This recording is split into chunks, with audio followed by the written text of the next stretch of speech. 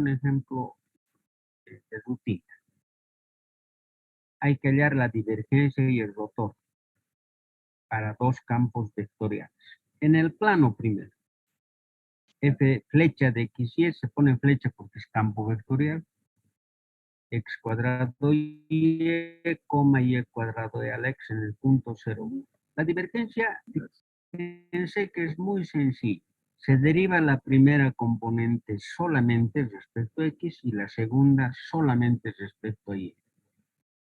Derivamos y reemplazamos el punto y sale un numerito 2. El rotor se lo hace ya con un determinante, con la novedad de que la tercera componente en el determinante es 0. Se pone 0. Luego vienen las derivadas respectivas y sale en el puntito dado el 0,01 como rotor. Se puede decir K. 0,01 es igual a K, ¿no? En el inciso B lo mismo. La divergencia hay que derivar respecto a cada componente. Sale e a la x, más, perdón, e a la y más e a la z, si fuera el caso, ¿no? E a la y más e a la z más e a la x. Reemplazando el punto, sale e cuadrado más y más 1. El rotor un poquito más largo, pero hay que manejar el determinante nada más. Para que practiquen como ejercicio 34, hagan el 11P. No es difícil, solo es cuestión de derivar. Bien, el ejemplo 12 es un poco más bonito. Dice demostrar que el rotor del gradiente es 0. Primero escribimos el gradiente. Ya saben que es derivada de phi respecto a x, derivada de phi respecto a y, derivada de phi respecto a z. Ponemos escribimos el rotor del gradiente como el determinante, ¿no? Y ahí entran en juego las derivadas de segundo orden. ¿Otra vez? Ya. Una vez que se desarrolla el determinante, aparecen las derivadas de segundo orden. Si la función phi es continua y sus derivadas parciales son continuas, hay un teorema de cálculo 2 que dice que las derivadas cruzadas son iguales. Por lo tanto, derivada segunda de phi respecto a ZY es igual a la derivada segunda de phi respecto a YZ. Así que el primer término es 0. Lo mismo para los otros. Entonces, la divergencia del rotor, el rotor del gradiente es 0. Un ejemplo parecido, el 35 sería demostrar que para f y g que pertenecen a C2, eso quiere decir que sus derivadas de segundo orden son continuas, hay que demostrar que la divergencia del rotor de f es 0. El ejercicio 12P. 35 de nuestro cuadernito es el 12P.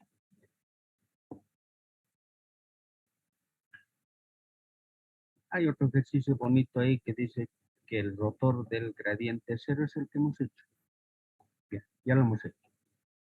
Pero aquí dice que verifiquemos.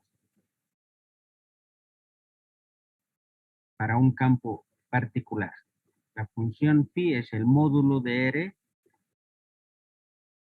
Bueno, si el teorema es válido para cualquier función, obvio que se cumple para el módulo de R, que es raíz de x cuadrado más y cuadrado, ¿no? Repito, módulo de R, raíz de x cuadrado más y cuadrado. Esta nota es importante, muy importante. Si la función es la velocidad de un fluido, digamos agua en un tubo, La divergencia de F es la razón de cambio neta.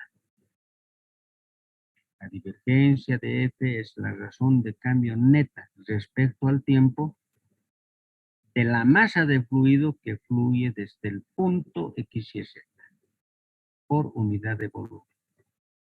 Ese es el concepto.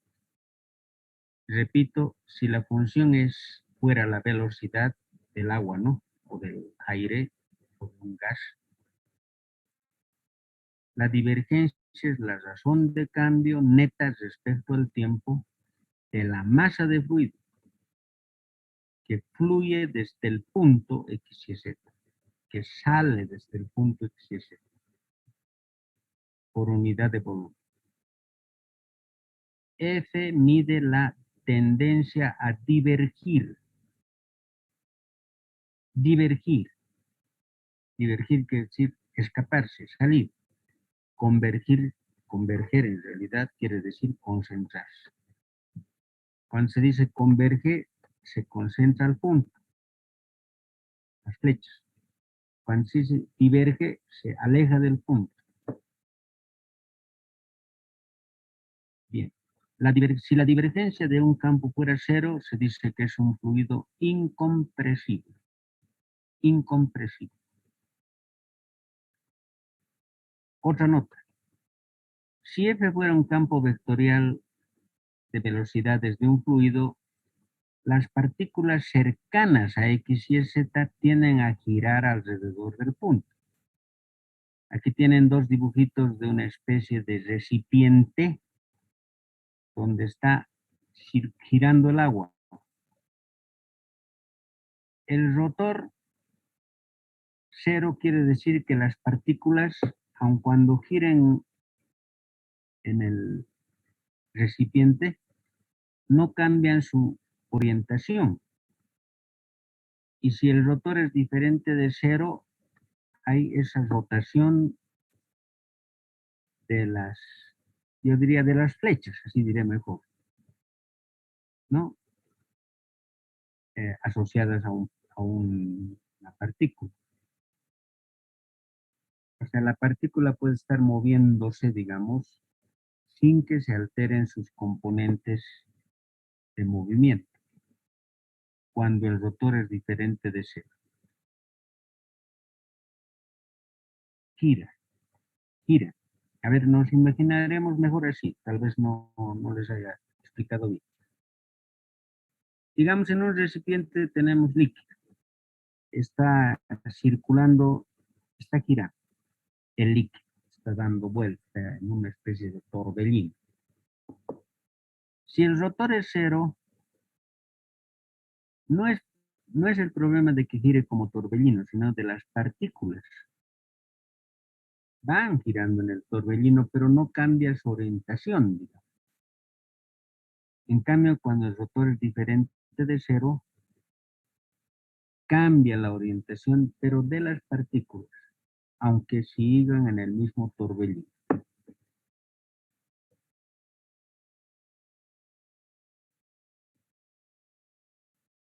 Un ejemplo 13. Demostrar que el campo vectorial es conservativo y luego calcule la función potencial.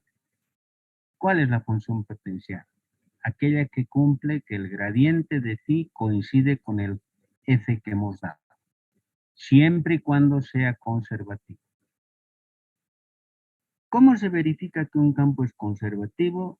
Se halla el rotor y debe salir cero. En este caso ocurre eso. Bien. Como sale cero es conservativo, por lo tanto puedo hallar una función, se llama una función escalar phi potencial, se llama, función potencial, de la cual vino el campo vectorial.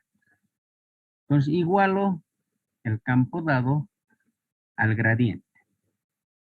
Eso quiere decir que la primera componente es la derivada de phi respecto a x, la segunda es la derivada de phi respecto a y la tercera derivada de phi respecto a z. Integrando la primera, la segunda y la tercera aparecen constantes de integración. Para hallar esas constantes se hace algunos cálculos. Por ejemplo, la primera hallada phi de x lo derivamos respecto a y, una vez que hemos hallado phi, ¿no? Y lo igualamos a la otra derivada. Haciendo esas comparaciones, encontramos las constantes buscadas. De modo que nuestro campo sale y cuadrado z cubo x más una constante k que no depende de las variables. Ese es el campo vectorial, el campo escalar, perdón, del cual su gradiente era el que hemos dado como dato.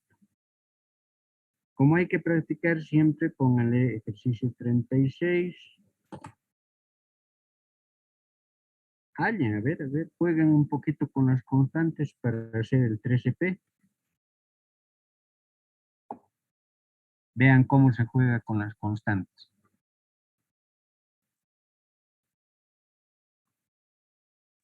Inge, ¿sería el 37? A ver, el 36 sería. El 35 era el 12P. A ver, un ratito, 34. Sí, el 35 es el 12P y el 36 el 13P. Hallar el campo escalar o la función potencial para este campo vectorial.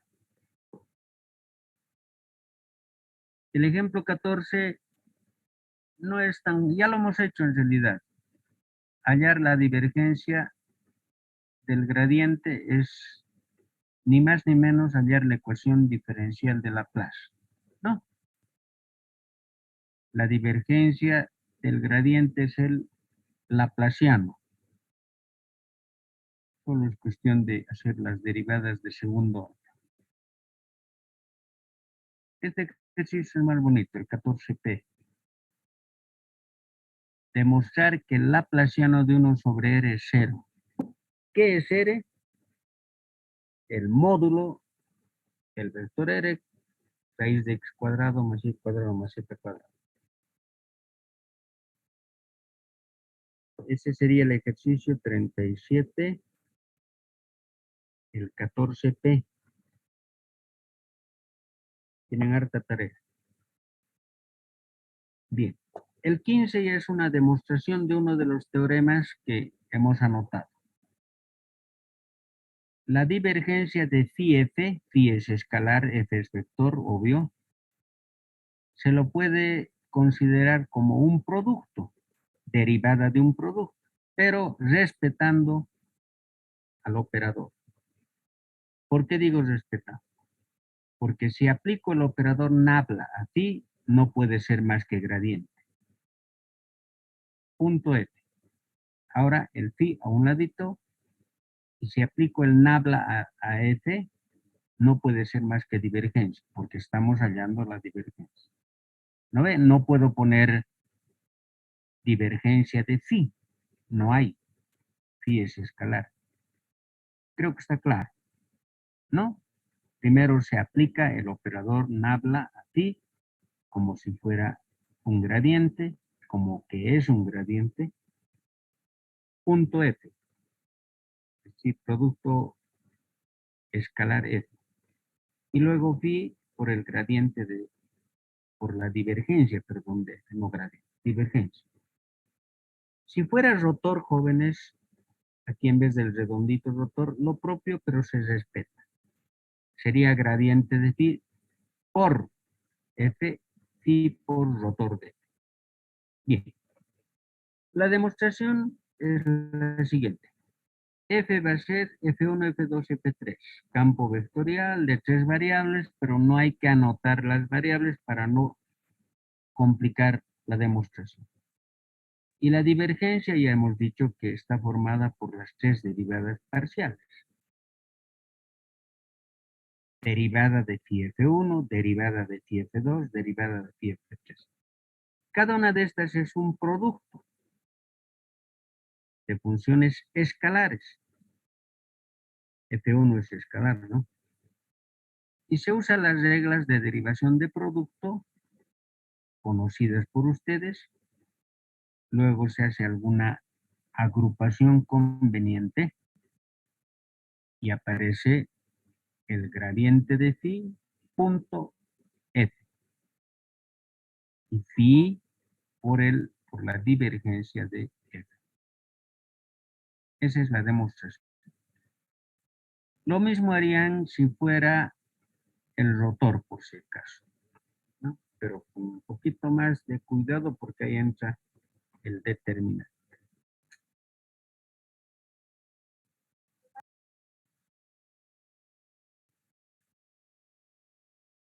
Vean el ejercicio 38 de nuestro cuadernito, el 15P. Justo lo que he hablado.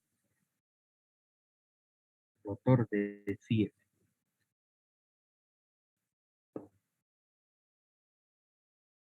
Este ejercicio, el 16, dice demostrar que el rotor del rotor de F flecha es menos nabla cuadrado F más nabla, paréntesis, nabla F, o si quieren divergencia de F.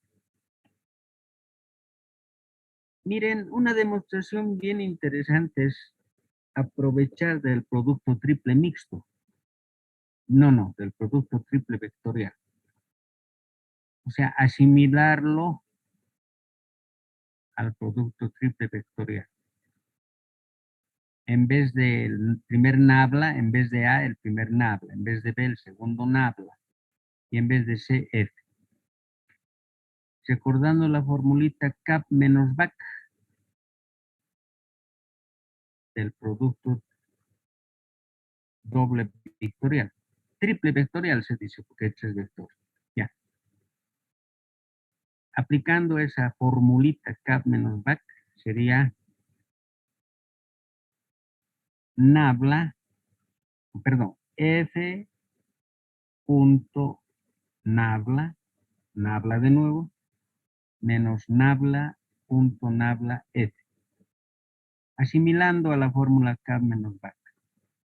Y eso sale, como ven, nabla, paréntesis, nabla punto F menos nabla cuadrado F.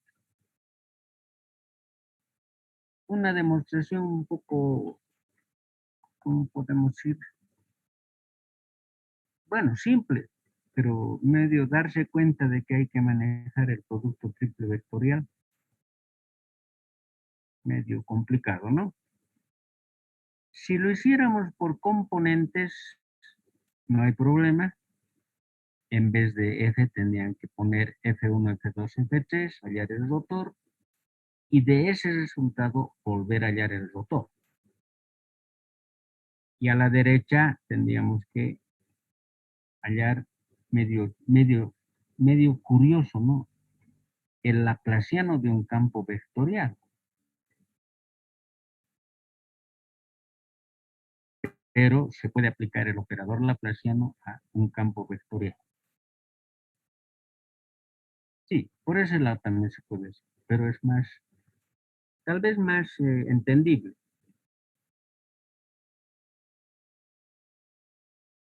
Bien. Otro ejemplo, el 17, demostrar que el laplaciano de 1 sobre R es 0. R ya sabemos que es el módulo del vector posición, así que lo escribimos como x cuadrado más y cuadrado más z cuadrado a la menos un medio. Aplicamos el operador laplaciano, hay que derivar dos veces lo mismo respecto a x primero, a y primero, z primero. Por eso que para hacer este ejemplo 17 primero derivamos respecto a x dos veces y por analogía escribimos las otras derivadas. No las derivamos de nuevo, por analogía, porque hay simetría.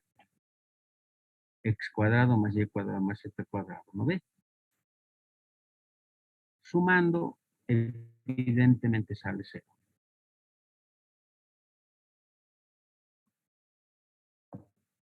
Como 39 hagan el ejercicio 17, que es muy importante porque hay que demostrar que el gradiente de R a la N, no se olviden que R es el módulo, ¿no? Está dado por esta formulita, NR a la N menos 2 punto R. Por ejemplo, si N valiera 3, gradiente de módulo de R al cubo, sería 3R a la 1, 3 menos 2, por el vector R. Si N valiera 4, gradiente de R a la cuarta sería 4R al cuadrado por el vector R. En fin, es una fórmula general del gradiente del módulo de R elevado a algún exponente. Bueno,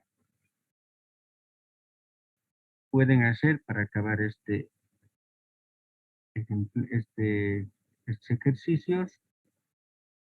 A ver, hagan el 19, que sería el último, el ejercicio 40, con lo cual acabamos la práctica 3, sería el 19 asterisco.